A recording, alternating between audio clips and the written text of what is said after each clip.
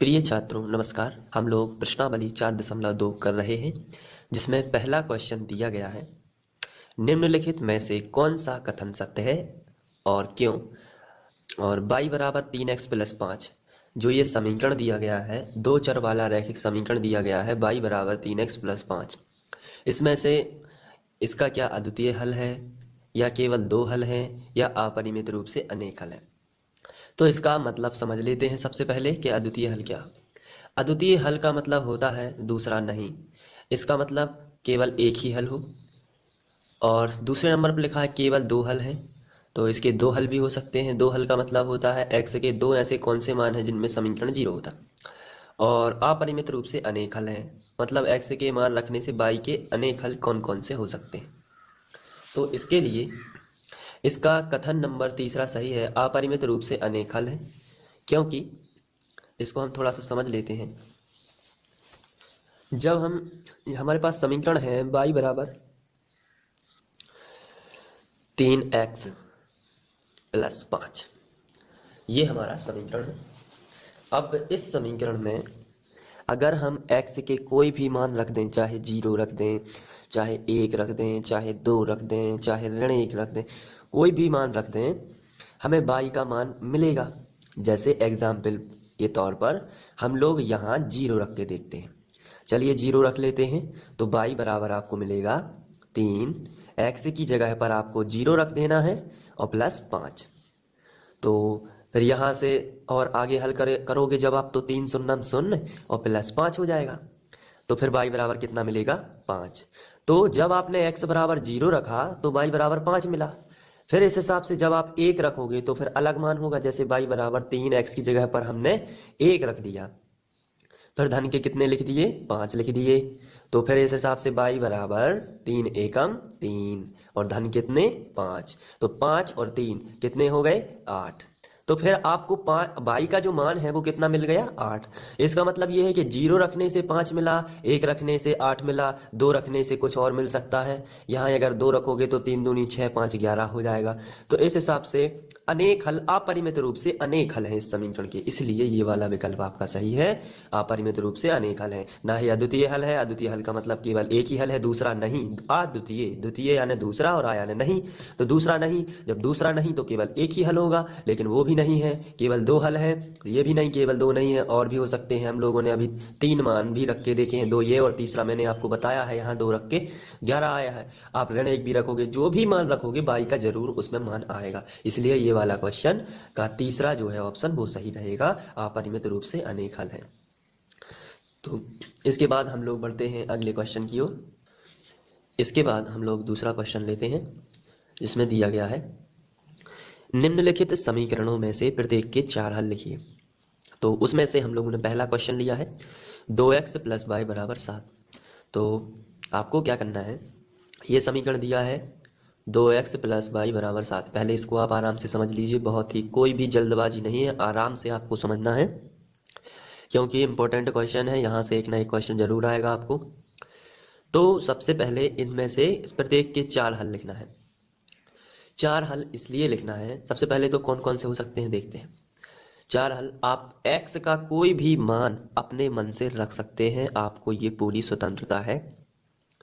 और x का कोई भी मान रख के आप y का मान निकाल सकते हैं। जैसे मैं 0 रख देता हूँ, 1 रख देता हूँ, 2, आप माइनस में भी रख सकते हैं, -1, -2, -2, ठीक है।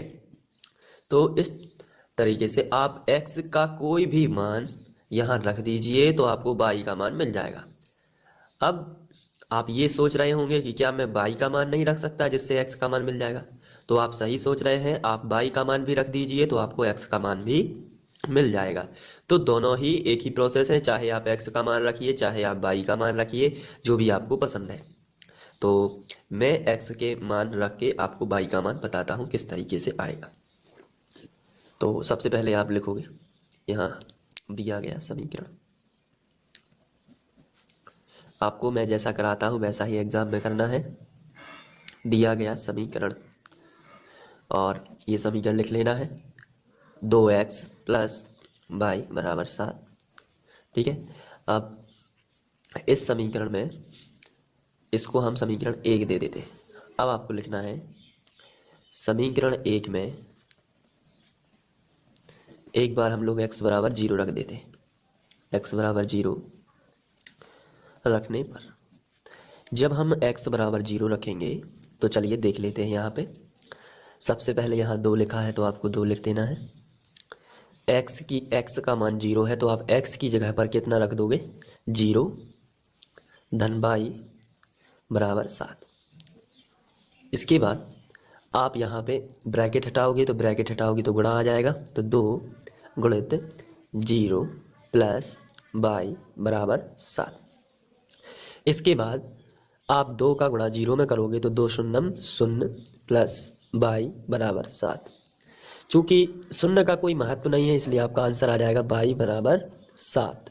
तो x बराबर 0 पर y बराबर कितना होगा, 7। अब हम लोग समीकरण 1 में अब दूसरा मान रखेंगे तो आपको लिखना है समीकरण 1 में आप यहाँ लिख सकते हो। अब समीकरण 1 में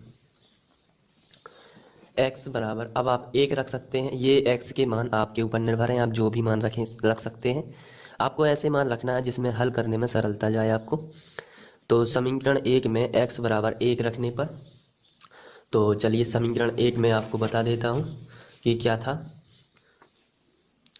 ये हमारा समीकरण 1 है, तो चूँकि वो ऊपर स्लाइड हो चुका है इसलिए मैंने यहाँ लिख लिया है। अब x बराबर 1 रखना है तो चलिए रखते हैं। सबसे पहले 2, x की जगह पर कितना रख देना है, 1। तो चलिए यहाँ ब्रैकेट में, आपको मान हमेशा ब्रैकेट में ही रखना है। तो ये रख गया 1 प्लस y बराबर 7। ठीक है। अब इसके बाद आप चाहें तो यहाँ इम्प्लाई जेड का उपयोग कर सकते हैं, आप पेपर में इम्प्लाई जेड लगा सकते हैं। अब ब्रैकेट हटाएंगे तो क्या आ जाएगा, गुणा। इसको अब हटा देते हैं तो अब हम लोग ब्रैकेट को हटाएंगे। 2 ब्रैकेट हटाया तो गुणा का चिन्ह आ गया, फिर 1 प्लस y बराबर 7। बहुत ही सरल है। अब आपको आगे 2 एकम 2 पहले गुणा कर लेना है, फिर y बराबर 7। अब ये जो 2 है इसमें कोई भी चिन्ह नहीं लगा है तो ये माना जाता है धन का, और जब ये धन का माना जाता है तो इसका हम लोग इस तरफ पक्षांतर कर देंगे तो ये हो जाएगा ऋण का। तो y बराबर आपको मिलेगा 7, धन के 2 इस तरफ आ जाएंगे, ऋण के 2 हो जाएंगे। इसके बाद y बराबर 7 माइनस 2 कितने बचे, 5। तो ये y का मान 5 आया है जब आपने x बराबर 1 रखा है उस समीकरण में, और ये इस वाले समीकरण में जब आपने x बराबर 0 रखा था तो आपका मान आया था y बराबर 7। जब आपने x बराबर 1 रखा तो आपका मान आया y बराबर 5। अब हम लोगों ने 2 मान तो ज्ञात कर लिए हैं, लेकिन हमारा प्रश्न जो है वो कह रहा है कितने हल, 4 हल निकालिए।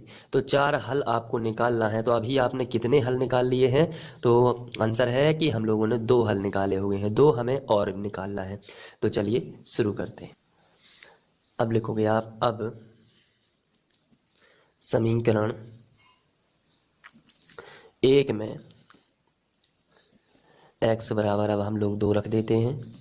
2 रखने पर, चलिए 2 रख देते हैं तो हमारा समीकरण ये रहा। तो हम लोग इसको ऊपर और नीचे यहाँ लिखा हुआ है, क्योंकि ऊपर स्लाइड हो चुका है तो मैंने यहाँ लिख लिया है आपको समझाने के लिए। चलिए कितना रखना है, x बराबर 2। तो यहाँ लिखते हैं सबसे पहले 2, x की जगह पर आपको कितना लिख लेना है, 2। तो यहाँ आप x की जगह पर लिखोगे 2 प्लस y बराबर 7। अब आपको ब्रैकेट हटा देना है तो जिससे गुणा आ जाएगा, तो आएगा 2 गुणित 2 प्लस y बराबर 7। अब आप यहाँ 2 का 2 में गुणा कर देंगे तो 2 दूनी 4 प्लस y बराबर 7। अब ये 4 जो है इसमें कोई भी साइन नहीं लगा है तो ये प्लस का माना जाता है, और प्लस के 4 इस तरफ आ जाएंगे तो ये माइनस के 4 हो जाएंगे। तो y बराबर मिलेगा 7 माइनस 4। तो y बराबर हमें मिल जाएगा 7 माइनस 4, तो कितने होंगे, 3। तो तीसरा हल हमें मिल चुका है कि x बराबर 2 रखने पर आपको y बराबर 3 मिला है। चलिए अब चौथा हल और निकाल लेते हैं। अब समीकरण 1 में x बराबर 3 रखने पर, तो समीकरण 1 था 2x प्लस y, तो x की जगह पर कितना रख गया, 3 प्लस y बराबर 7। अब आप ब्रैकेट हटाओगे तो आ जाएगा गुणा 2 गुणित 3 प्लस y बराबर 7। 2 तिया 6 प्लस y बराबर 7। ये प्लस का 6 है, कोई भी चिन्ह नहीं लगा हो तो आपको प्लस का ही समझना है। तो प्लस को जब पलट के इस तरफ लाओगे तो ये माइनस का हो जाएगा। तो y बराबर आएगा 7 माइनस 6, तो y बराबर हो जाएगा 1। तो इस प्रकार से हमें 4 हल मिल चुके हैं और चारों के चारों हल हम लिख लेते हैं। तो फिर आपको आखिरी में जाके ये लिख लेना है, अतः समीकरण 2x प्लस वाई बराबर 7 में x बराबर 0 पर y बराबर 7, x बराबर 1 पर y बराबर 5, x बराबर 2 पर y बराबर 3, x बराबर 3 पर y बराबर 1, ये चारों हल हो चुके हैं। तो आप यहाँ लिख सकते हो उत्तर। और इस तरीके से आपका पहला क्वेश्चन सॉल्व हो जाता है। तो 4 हल निकालने के लिए सबसे पहले आपको लिख लेना है दिया गया समीकरण, और जो समीकरण है उसको लिख लेते हैं पाई एक्स प्लस वाई बराबर 9, और इसको हम समीकरण 1 बना देते हैं।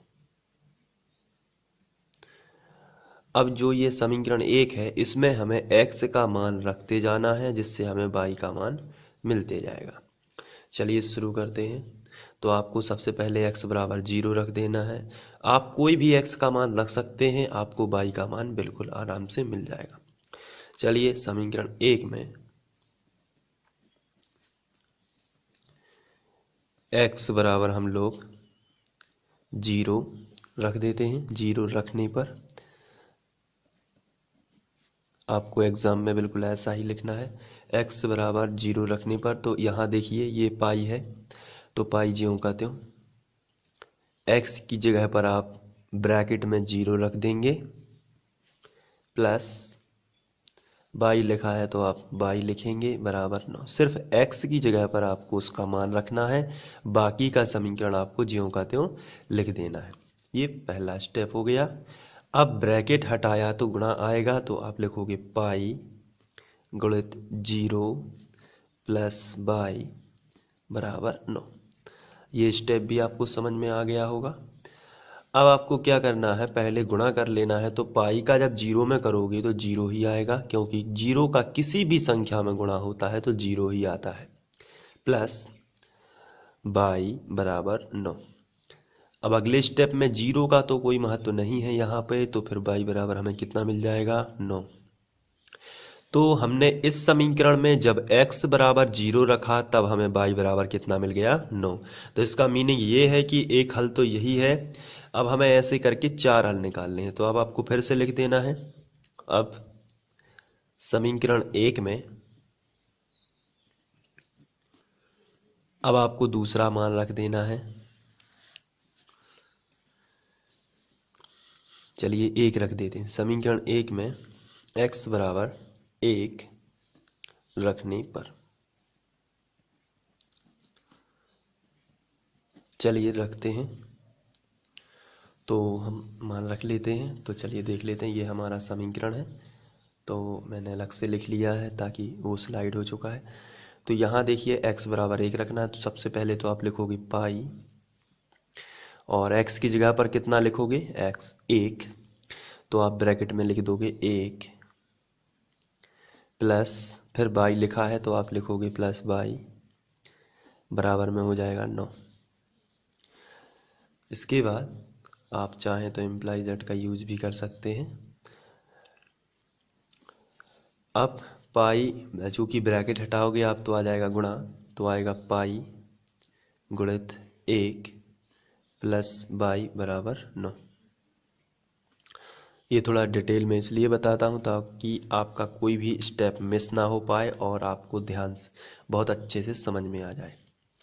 इसके बाद पाई एकम पाई प्लस y बराबर 9।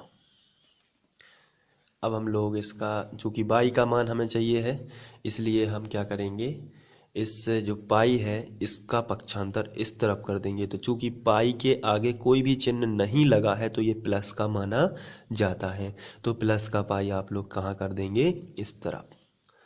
बहुत ही सिंपल है चीज़ों को समझना। तो बाई बराबर आएगा, चूँकि ये प्लस का तो माना ही जाएगा इसलिए मैंने प्लस नहीं लिखा है। बाई बराबर 9 तो पहले से ही लिखा था। धन का पाई इस तरफ आ गया तो काय का हो जाएगा, ऋण का पाई। तो बाई, अब चूँकि 9 में से पाई तो घटेगा नहीं अभी, तो फिर क्या हम लोग इसको ऐसा ही लिख सकते हैं, तो आंसर है बिल्कुल लिख सकते हैं। तो x बराबर 1 पर बाई की वैल्यू है 9 माइनस पाई। यहाँ से आपने दूसरा हल निकाल लिया। हमें चूंकि ऐसे 4 हल निकालना है, क्योंकि हमारा क्वेश्चन जो है वही कह रहा है कि 4 हल निकालिए। तो अब हमें तीसरे हल की ओर बढ़ना है।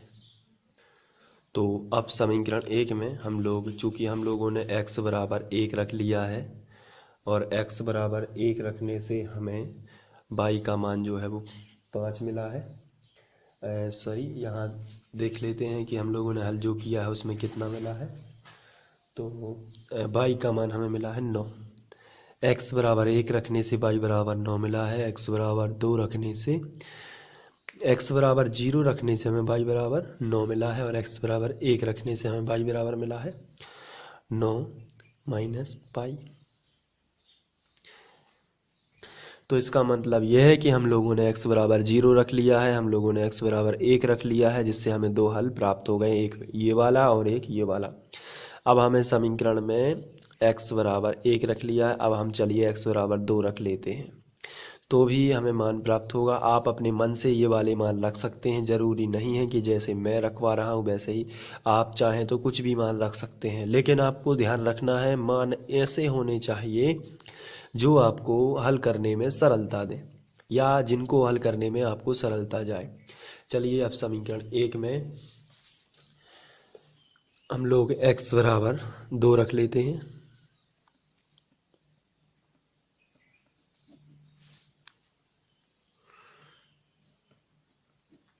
तो समीकरण 1 में x बराबर 2 रखने पर, तो चलिए ये रहा हमारा समीकरण।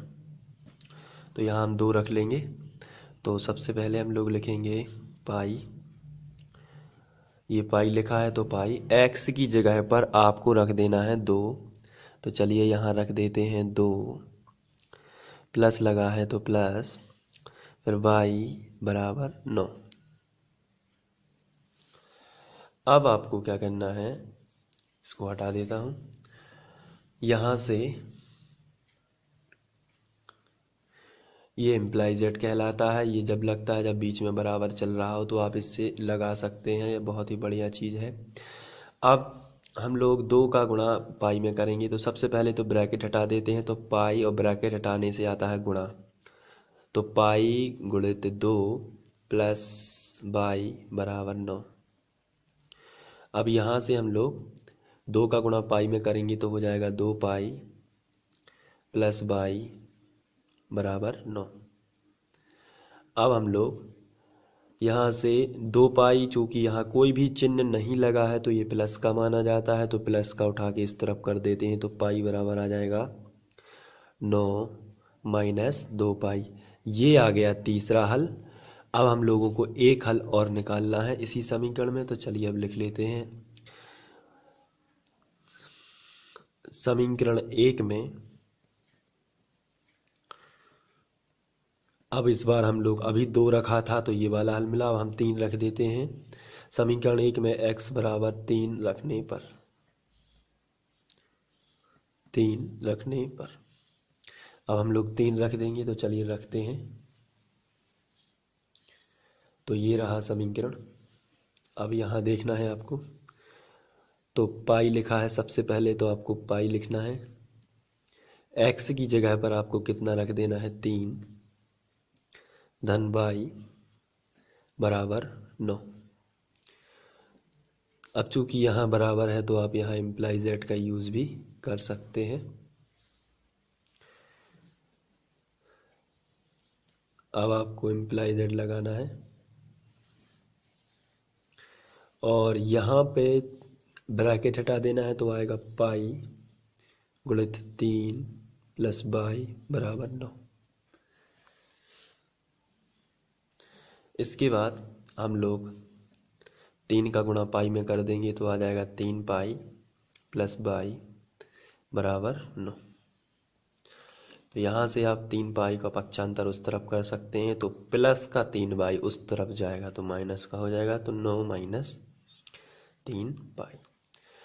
इस तरीके से आप इसको भी सॉल्व कर सकते हैं और चारों के चारों हल निकल आते हैं। तो आप लिख सकते हैं, अतः समीकरण पाई एक्स प्लस बाई बराबर 9 में एक्स बराबर 0 पर बाई बराबर आपको 9 मिला है, एक्स बराबर 1 पर बाई बराबर 9 माइनस पाई मिला, और एक्स बराबर 2 पर बाई बराबर 9 माइनस 2 पाई मिला, और एक्स बराबर 3 पर बाई बराबर 9 माइनस 3 पाई मिला।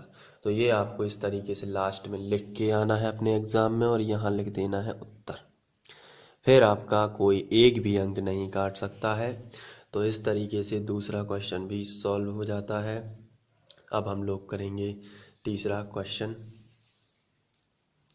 तीसरा क्वेश्चन दिया गया है x बराबर 4y। तो इसको सॉल्व करना है, तो बहुत ही सिंपल है। सबसे पहले आपको लिख लेना है दिया गया समीकरण, और ये समीकरण है x बराबर 4y। इसको हम लोग समीकरण 1 बना लेते हैं। इसके बाद आपको x के क्रमशः मान रखते जाना है और y का मान आपको मिल जाएगा। चलिए हम लोग रखते हैं। या यहाँ से आप एक बात और ध्यान देने योग्य है कि अगर आप यहाँ से y का मान रखेंगे, सिंपली x का मान मिल जाएगा। तो हम लोग यहाँ से थोड़ा सा चेंज कर देते हैं और अब हम लोग y के मान रख देते हैं, जिससे हमें x का मान आसानी से मिल जाएगा। तो चलिए रखते हैं।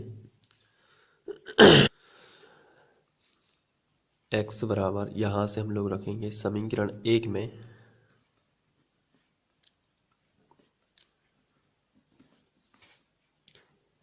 x बराबर 0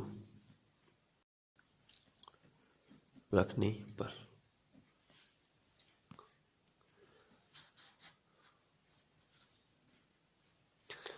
तो यहाँ से 0 रखेंगे तो यहाँ y बराबर कर देते हैं, क्योंकि हम लोगों ने अभी डिस्कस किया था कि y का मान रखेंगे।